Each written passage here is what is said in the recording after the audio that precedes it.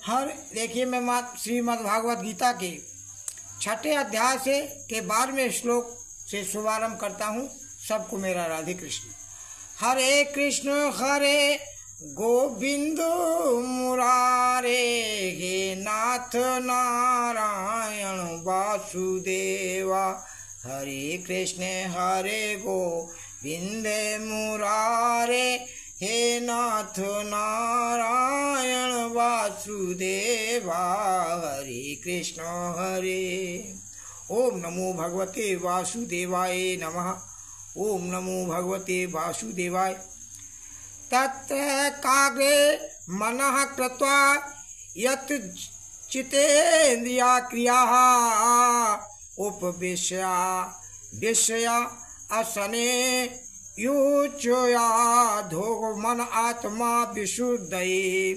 उस आसन पर बैठ और मन एकाग्र कर, स्थिर चित्त को रोक, इंद्रियों की प्रवृत्ति से निश्चल होकर अपनी आत्मा की शुद्धि के लिए साधन करें। आत्मा की शुद्धि के लिए साधन करें। लिखा है, समम कायासी रोग्रीवम धरायं चलम स्थिरा, संप्रेक्षये नासिकाग्रम स्वादिष्ग्याश्च न अविलोकयन्। सब देह, सिर और गर्दन को सीधा रखकर इधर उधर न हिलावें। अपनी नासिका के अग्रभाग को सदा देखते रहें तथा किसी दूसरी ओर दृष्टि न लगावें। प्रशांतात्मा विगतिम ब्रह्मचार्य व्रते स्थिताः मनः संयमयः पश्चितो युक्त आसीतो मतुपरः। लिखा है कि मन को शांत करें, निर्भय हो, ब्रह्मचर्य में स्थिर रहें, मुझ में मन लगावें, चित्त वृत्ति रोककर मुझ में तत्पर हो, योग का साधन करें। आगे लिखा है 15वें श्लोक में,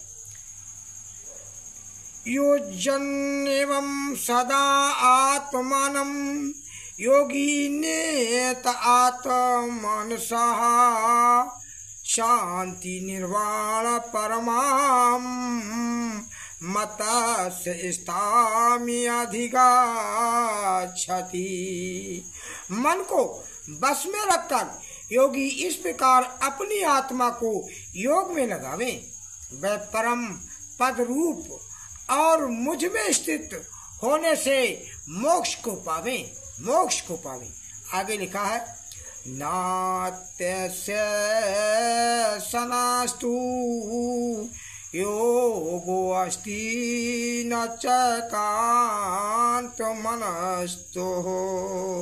न चाति स्वप्नं शीलश्च जाग्रतो नैव चा अर्जुन। हे अर्जुन, जो बहुत भोजन करता है, जो निराहार रहता है, जो बहुत भोजन करता है और जो निराहार रहता है और जो बहुत सोता है या जागता है, इन सबको योगी की सिद्धि नहीं मिलती।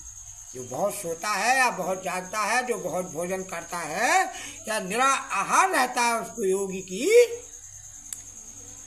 सिद्धि नहीं मिलती। आगे लिखा है, युक्ता आहार विहारस्य युक्तो चेष्टस्य कर्मसु युक्त स्वप्ना बबोधस्य योगो भवति दुःखः। हे अर्जुन, जो मनुष्य आहार विहार प्रमाण से करता है, कर्म भी प्रमाण से करते हैं, जो प्रमाण ही से जागते हैं और सोते हैं, योग उनके दुखों को दूर करने वाला होता है। आगे लिखा है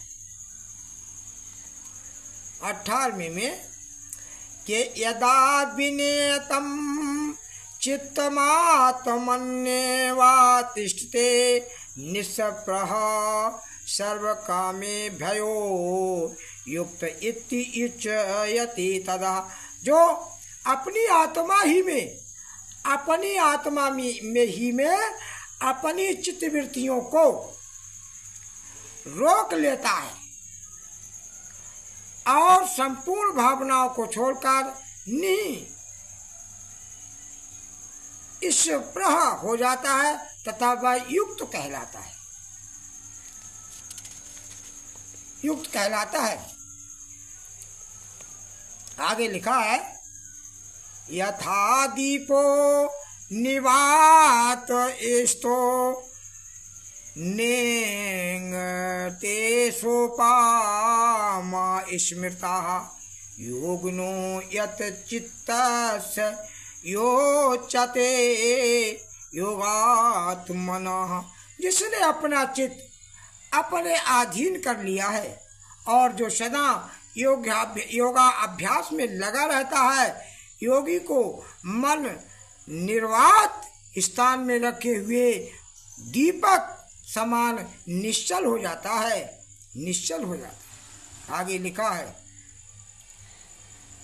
यत्रो परमते चेतम विरुद्धम योग सेवया यत्र चैवात्मना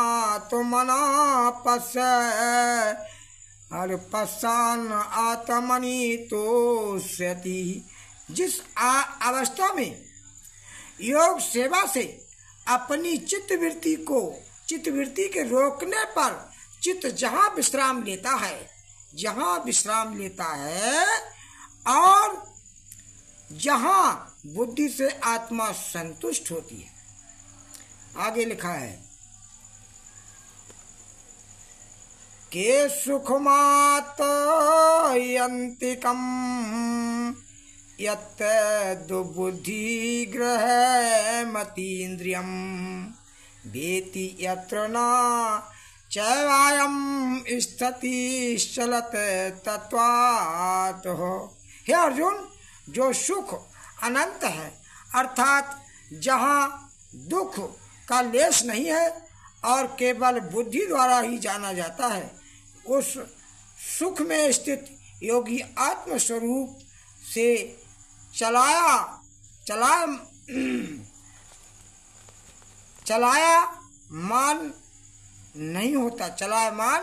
नहीं होता। उस सुख में स्थित योगी आत्म स्वरूप में चलायमान नहीं होता है।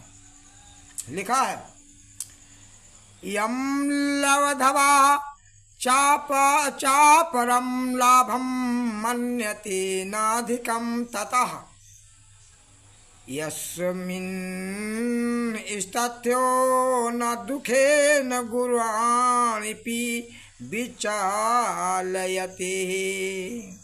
लिखा है अर्जुन, योगी आत्म स्वरूप के सुख को पाकर उसे अधिक किसी वस्तु की इच्छा नहीं करता और इस सुख में स्थित होकर शीतोष्ण आदि सुख दुखों से विचलित नहीं होता। यानी ना वो दुखों से विचलित होता है चाहे उसे कितना भी दुख हो। क्या आगे लिखा है विधातु दुखी संयोग वियोगम योग सज्जितम निश्चयेन योक्तव्यो योगो अनिर्वण चेतसा। लिखा है जिस अवस्था में दुख की निवृत्ति हो जाती है, जो अवस्था को योग अवस्था कहते हैं, इससे प्रसन्न चित होकर यत्न पूर्वक योगाभ्यास करना चाहिए। हरे कृष्ण हरे गोविंद मुरारे हे नाथ नारायण वासुदेवा। हरे कृष्ण हरे गोविंद मुरारे हे नाथ नारायण वासुदेवा हरे कृष्ण हरे। ओम नमो भगवते वासुदेवाय। ओम नमो भगवते वासुदेव। सबको मेरा राधे कृष्ण राधे कृष्ण।